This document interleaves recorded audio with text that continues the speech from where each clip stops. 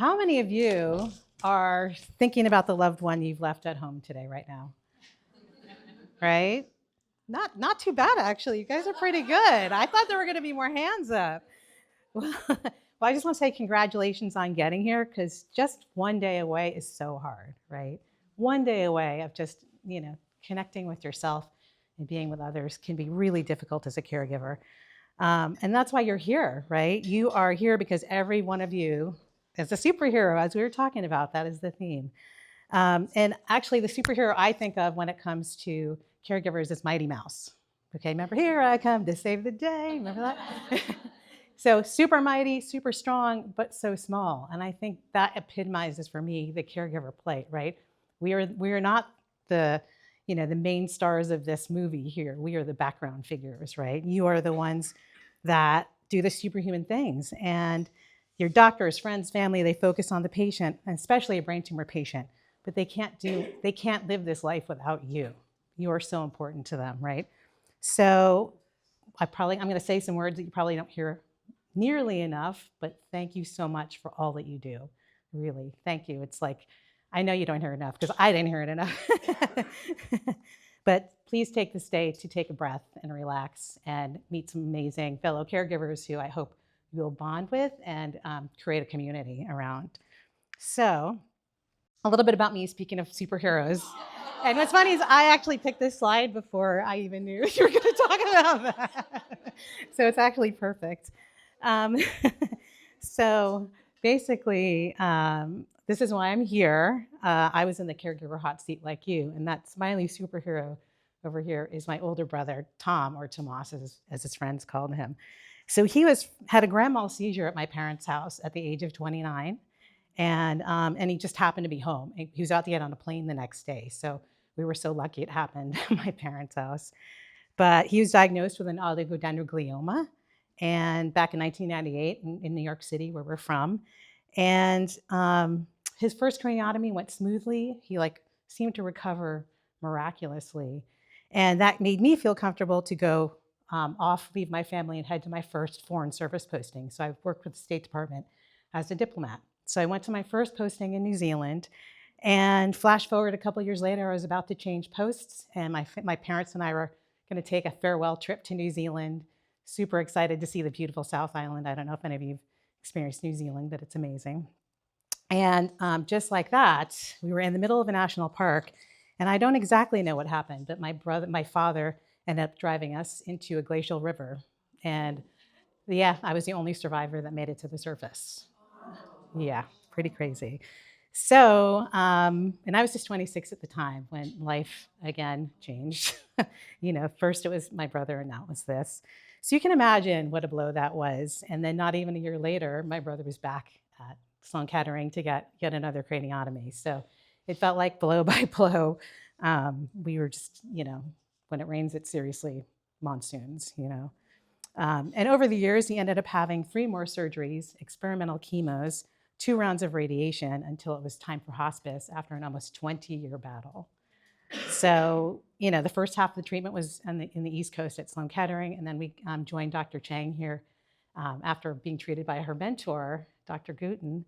And we were at UCSF until it was time for hospice, which we did at my house in the Napa Valley. So grief and I are on ridiculously close terms, sadly. And I understand this caregiver dance well. Believe me, I never imagined that I'd have to change my brother's diapers. But with early onset dementia, it made it even more interesting because he forgot that I had to do that. So it just every day we'd be like, oh, it's okay, you don't have to be embarrassed, But when he died, I got busy. I turned my pain into purpose, and I started writing my memoir. I created a podcast called Written on Water to talk about grief and death and the afterlife. And I became a marathoner, and it was primarily because I was just grieving so hard. I needed to figure out how to rewire my brain and get out of that grief abyss. I just couldn't crawl out of it for a couple of years. So I ended up running my first New York City Marathon with the National Brain Tumor Society. And then I ran in New York and in Berlin with Fred's team from Sloan Kettering. And I'm actually running this year in 2026 with Fred's team again, all to fund brain cancer research. So It's pretty amazing, the program they have there as well. And then I also run with Team Achilles to help disabled athletes with their journey across finish lines, which is really inspiring too. And in the meantime, more recently, I became a certified professional coach, and I not only help executives, but also those who are going through loss and caregiving and grief, to see that there is a light at the end of the tunnel. You know, it's really hard, I know, but so I know exactly where you've been, from the words "you have cancer" all the way to hospice and after, right? And this journey, it doesn't seem like it's going to end, but let me tell you the truth, it actually doesn't end. It just changes with the years and the time. So it's all about your relationship to that change. That's the key here, right? So as caregivers, you are part logistics wizard, part emotional support human, part medical interpreter, and part person who sometimes remembers to buy toilet paper and toothpaste, and hopefully remembers to use it, especially the toilet paper. And as much as you are juggling, it's hard to keep your balance, right? It's add in the ever-changing landscape of a brain tumor diagnosis, and it's no longer juggling, but it's juggling at sea on one foot with storms ahead. And it feels like chaos, right? All this new information is flying at you at light speed. I mean, you just had a mini course on brain surgery, right? Like, who does that? And it's swallowing you whole, right? But your instinct, at least mine was as a type A freak, was I had folders and systems. I was a great scheduler, right? And I have a feeling a lot of you can relate to this, but I tried to organize the heck out of it. But did it stop the uncertainty? Not even a little, right? What it did teach me was that you don't need to control the landscape. You need to become a little bit more flexible and agile as you, so that your emotional muscles can build some strength and gain some endurance, right? As a marathoner, this is exactly what I do, is I gain a little mileage every week. And when at first a 10K seems like it's a Herculean effort, after a few months, it's like, oh, I just got to do 13 miles, no problem, right? It's because my muscles are slowly getting stronger, and I get better and better at doing these really hard things. And that's how you build resilience. So think less about the situation as I got this under control, and more like, how can I pivot without hurting a hamstring? You know, how can I do my mobility and flexibility, emotional exercises to get ready for the challenges ahead? So, you know, and that's also, you're not only dealing with your loved ones' challenges, you're dealing with your own too, your own changing body, your own changing mind and perspective. And it is a lot. So I totally hear you, and all the struggles you're going through. So let's look at some of the possible things that you could be going through. So in the reality of constant change is, like, there's several components to it. So I look at it as in the outside world, and then within the diagnosis tumor world, right? So in the outside world, whoops, oh, I lost it. Anyways, so first we have family, right? It's not only the person that's sick that you're dealing with. If you have children, they have lives too. They have schedules. They have things to go to, sports. They have their emotional needs. Then, like, we're in the sandwich generation, right? You might have also parents that are aging and getting sick. How do you deal with them and their stresses and their needs? There's so much going on, right? And then let's talk about finances. My gosh, right?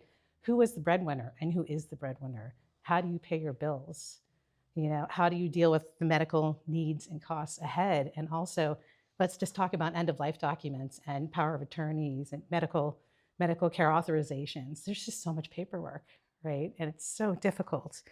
And then let's, you know, forget about maintaining relationships.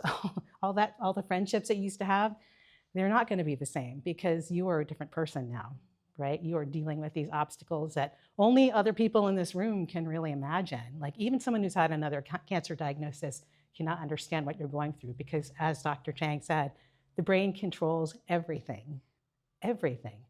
So it's not leg in the cancer, or leg in the arm, or leg of the lung, like cancer of the lungs, right? It's like you don't know exactly what part of the brain is going to be affected and how it's going to affect your loved ones. So you have to be on your toes a lot more than any other caregiver does, right? And then within the illness, so first you have diagnosis, right? So my brother started out with an oligodendroglioma, and it turned into an astrocytoma, which then turned into, you know, the Rathke cleft cyst, which then turned into tumors on his brainstem. So over the 20 years, we saw so many different iterations of this disease. And then again, we didn't know how fast things were going to change. Initially it was like a 5-year, prognosis, but it turned into 20. So again, you can't call these things. And then also, how much time do we have with each other? Like, how do we spend this time? How do we act like this is your last, or do we act like you have more time, or that it's an average day? It's really hard to know what to do in this time, right? The diagnosis alone is just hard enough to manage. And then you have the treatments, right? So I want you to think of it this way. Scanxiety, have you guys heard that term? Yes, we've all been facing that. It's when the anxiety from just trying to, anticipate these scans that are coming your way. So I want you to think of it this way. My brother had a brain tumor for close to 20 years. So that's 1 scan a quarter for 20 years. And then that doesn't even include the pre-treatment scans, the pre-surgery scans. So he had probably close to 100 scans in his lifetime when you think about that, which is insane. So you can imagine, like, I was wearing out the armrests in the doctor's office because we always were just tiptoeing around this. And I was also working with the State Department. So I was overseas part of the time. I had to drop everything and, move from Germany and tell my bosses, I don't know when I'm coming back, because it could be 2 weeks and it could be 3 months. I don't know how long it's going to take for my brother to recover, And so, and then not to mention just even that the Decadron taper is crazy, right? I had spreadsheets for that thing alone. It's insane, right? So then on top of that, you've got what she was talking about was the cognitive changes that happen, right? I actually decided to leave the Foreign Service because I could tell there were some information gaps happening, and I wasn't getting the full picture of, what was happening with my brother or what was happening at doctor's appointments. And I could really tell that he needed extra help. And also his recovery was taking longer after the craniotomies. So I left the diplomatic career to take care of him, and we moved to the West Coast and started working with UCSF. But, and then soon that manifested into language changes. Like, slowly but surely things changed. And only you are going to know what those changes, because you see this person every day, right? And then, not to mention, this is a big one. For me, it was the personality shifts. That was a huge one. And oftentimes as caregivers, we experience what's called anticipatory grief, and that's grieving the person before they've actually passed on, right? And we mourn the slow loss of a person that we loved and cherished, we grew up with, our best friend, our children. And we often suffer because we're comparing the past selves to the present selves, and our own past selves to our present selves. And that's what really brings that mourning on of what you've lost, right? And so just remember that grief is actually love adjusting to change. That's what it is. So you have to look at it in terms of, it's okay to grieve, it's okay to feel those feelings, and really you should feel those feelings as much as you can, So allow grace for yourselves and the people around you who can't possibly understand what you're going through. It's really important. And then the loss of independence. So this is an interesting one for me, because I think stubborn was the theme of hospice for us because my brother wasn't even 50 years old. He was a 49-year-old man who had to go from cane to walker to wheelchair. And let me tell you, he fought me every step of the way, right? I mean, also he's a man, so he was stubborn anyway, but a younger man too at that point. But there was a lot of contention when it came to, I just want you to be safe. This is not about your ego. This is about your safety and making sure you're okay. And then also, it was my attitude towards his dependence on me, right? That totally shifted. I'm the younger sister. So at the end, I had to feed him, change his clothes, change his diapers. And that leads to this next one where role reversals happen. I went from little sister to mother, right? A role that I was not prepared for, but it had to happen because our mother wasn't around.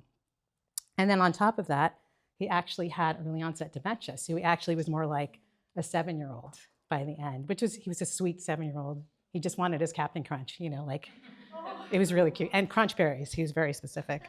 But But, you know, but you have to embrace these changes. That's the thing. It's like they come at you when you're like, what am I supposed to do? What am I supposed to do with this? And the key is to just be as agile. Remember that emotional strength, building the emotional muscle to be able to handle every twist and turn on the path. And I'm going to tell you a little story. It might be TMI, so I apologize if it is. But I remember clearly the final conversation I had with my brother. So he was constipated for days, as happens in the end when systems get shut down. And I just changed his diaper. We were towards the end of hospice. I just changed his diaper, and he said to me, "Wait, Nick, more is coming." You know, and he grunted, and I shouted, "Dude, that's the biggest crap I've ever seen." I was like, "Nice job, buddy," you know, and we were like high-fiving, you know. And the reason I bring up this conversation was because those are the last words I was able to say to him. Okay, like I was like, oh my God, I'm so embarrassed. Like, we talked about crap. It wasn't go to the light. It wasn't I'll love you forever. It was good job, dude. You had a crap. So, I know, and I think what I laugh about it now because I know in my heart that really wasn't our last conversation. He's always talking to me and sending me messages, and he changed in form, right? The law of thermodynamics. Energy changes forms, right? So I know he's still around me, and his imprint remains so strong in my life, which is why I'm here talking about him, right? So my relationship with death has changed quite a lot, and his loss it feels more like a new beginning for us both rather than an end, because his body was done with him. It was like eviction notice, we're done, and he's on his adventure wherever that is, and I'm on mine. So it's like, you know, I feel like there's a full circle complete in many ways with him. So what this is, you know, caregiving is a masterclass in adaptation and resilience. And resilience comes from being comfortable with discomfort and knowing how to function when things are not going well and they're at their worst, right? Building strength through adversity. And this change is inevitable, but here's the deal, like suffering multiplies when we fight the reality of what is, okay? Acceptance of what is happening is actually a key to resilience and agility. So before I move on, any questions from you guys? We're gonna have a Q&A at the end, but anything? Yeah, good, okay. So I kind of put together a little caregiver toolkit for you guys. And none of this is rocket science. I will say that right away. These are all just little strategies that to help you, you know, within your realm right now, because I know it's so difficult for all of you. I just know it, you know. This caregiving is an emotional marathon, right? It's an endurance event. It requires strategies and fuels for the long haul. So I'm going to start all of this by what was already said before. Asking for help is really, really hard, and admitting you need help is even harder. But when you spread the weight of your burden across a circle, it sort of lightens everything and it becomes survivable. So illness is so isolating. So it is really important to build community. So build a care community around you, you know, like have your emotional support person, have a helper who just go in your house and knows you so well, they know what to do. You know, who's that appointment companion that can sit with you and make jokes while you're in the waiting room, gripping the armrests. And then, you know, there's the UCSF support groups are amazing. Make use of them. And then, like, you know, get yourself a coach or a therapist. You know, you probably don't realize how much you need to talk to a non-objective, non-judgmental person that will just listen to you or let you cry or just sit with you, because everybody else wants to fix you. You know, they do.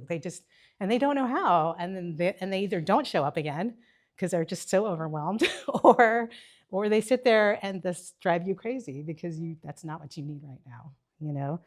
But what I do want you to do is notice those activities that are causing you the most anxiety or sadness. So my stress always happened at night because Tomas would get tired. And so trying to get him into bed, like if he fell out of his wheelchair, I was screwed because he was 180 pounds. He ate well up until the last minute, like great appetite. And I'd had to bench press him. Luckily, I'm pretty strong, but still, when he couldn't help me, it was nearly impossible. And so I dreaded the nights that I was on my own. And luckily, I had a neighbor that was super helpful. So we had one friend who ended up coming all the way from Alameda up to Napa Valley two or three nights a week, and he'd bring dinner. And just having him there, because he's, just one other person to be there with me in case anything happened, was like so huge. So he became part of our care circle. And a couple friends really stepped up, and I was like, listen, this is not your normal babysitting gig. I mean, you have to change adult diapers, and, and they were like, we're in. And I was like, are you sure? And they were like, we're totally in. So accepting the help, and it was really beautiful to see it, quite frankly. It was so inspiring that they wanted to do this for us, And then another thing about the care circle is see if you can automate some things. You don't want to have to manage anybody else. When all these people are saying, how can I help you? What do you need? And the last thing you do, like, you don't have the bandwidth to deal with managing them, right?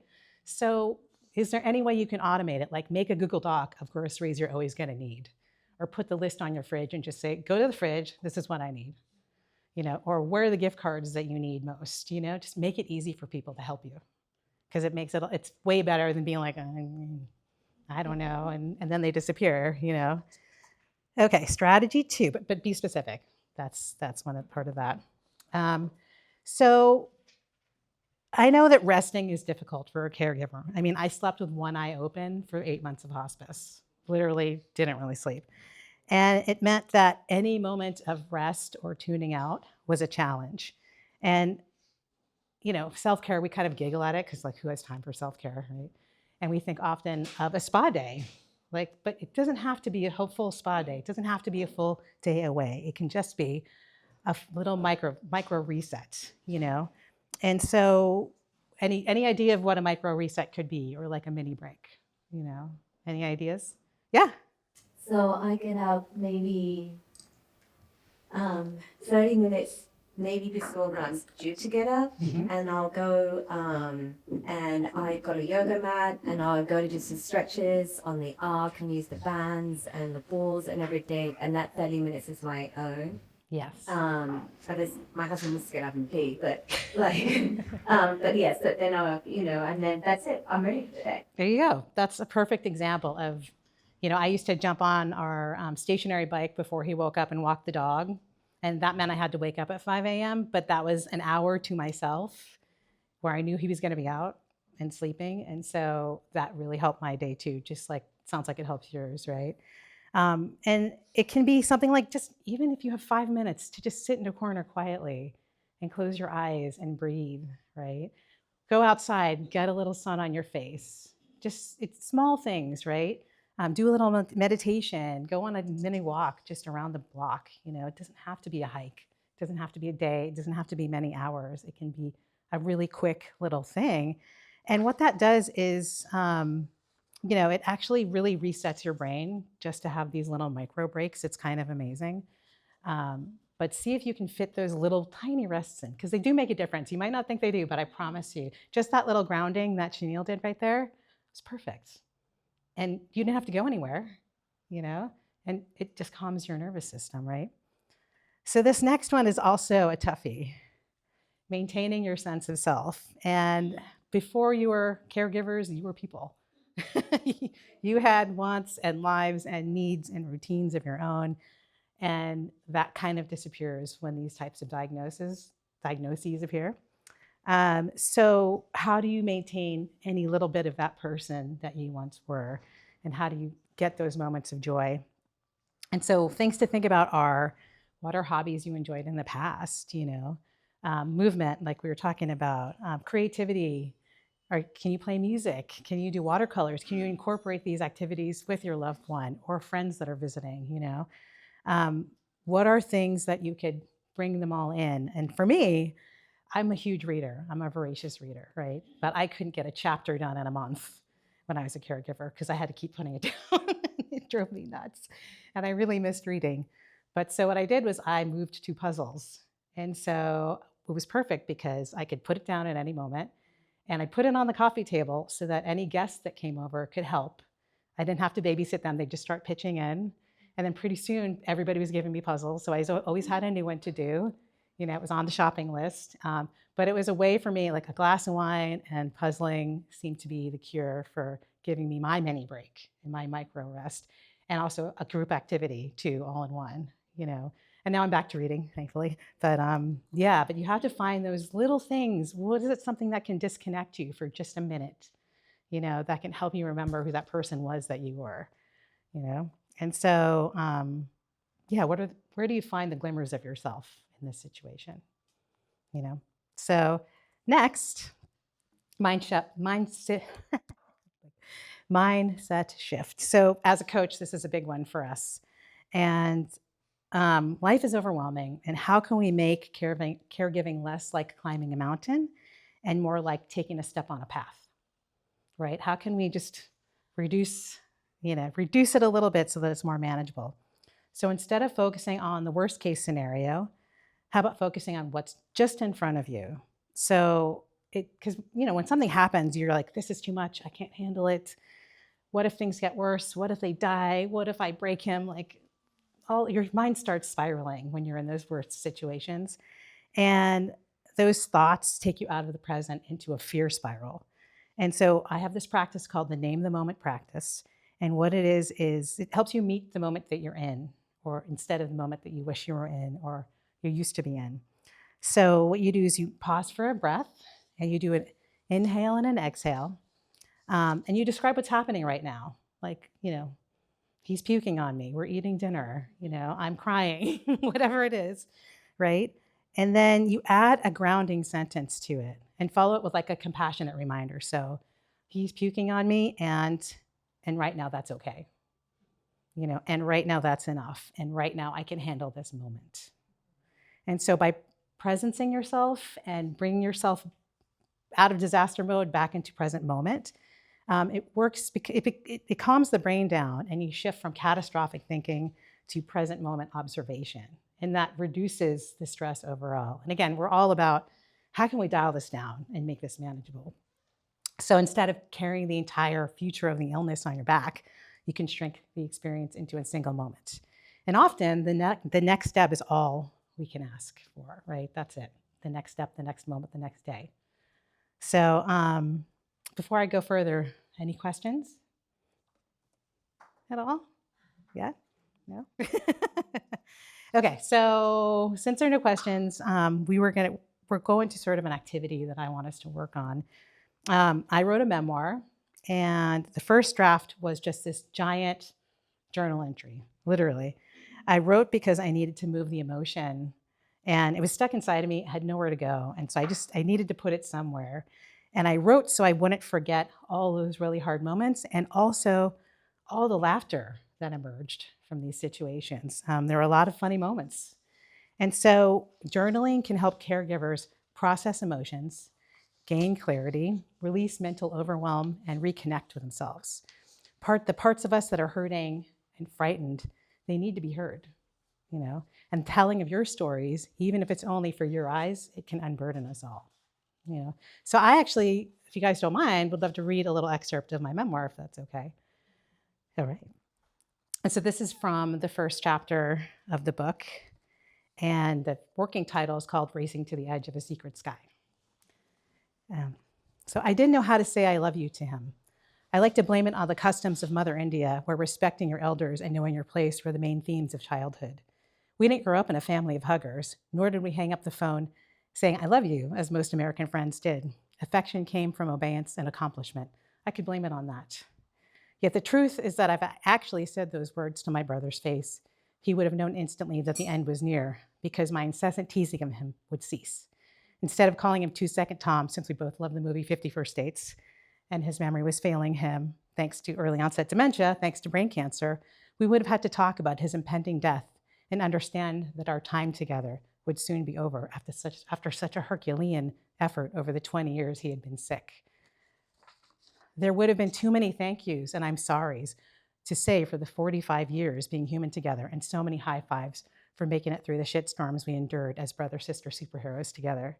Wonder twins, if you will, with a 5-year age difference. This talk couldn't happen because we would never stop fighting for his life, and I would never stop hoping that he would be the miracle, the anomaly who would kick cancer's ass somehow. Instead, I hope that my care of him, especially during our hospice year, spoke volumes to him. It took everything in me not to fall apart at a diaper change or lose it when he began to talk to the dead as he approached the in-between.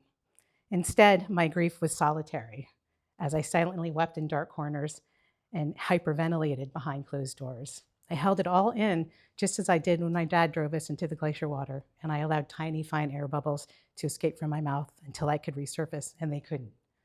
I seemed to keep finding myself coming up for air alone. So, can anyone relate to these emotions? Yeah? Yeah. So, I have some prompts for you that you can work on now and then through lunch, and we're actually going to use them to discuss in our groups. And so these prompts are, what is the hardest change you've experienced since your loved one's diagnosis? And they should be in your folder, by the way.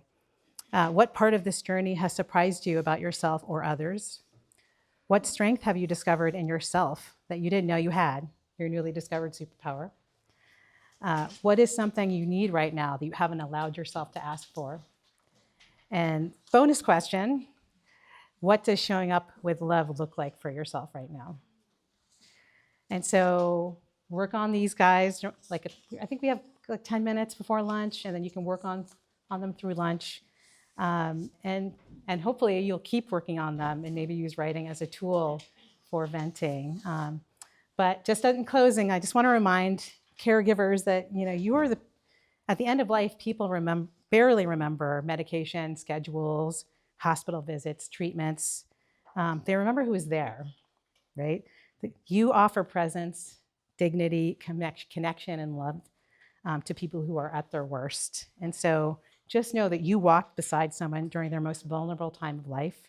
You showed up on their hardest days, and that may be the most powerful act of love one could possibly show. So thank you again for all you do. And I look forward to coaching some of you. I know I'm going to be coaching some of you today. And for those who I can't get to, I will reach out separately and schedule time. But I would love to work with all of you. So thank you. Yeah.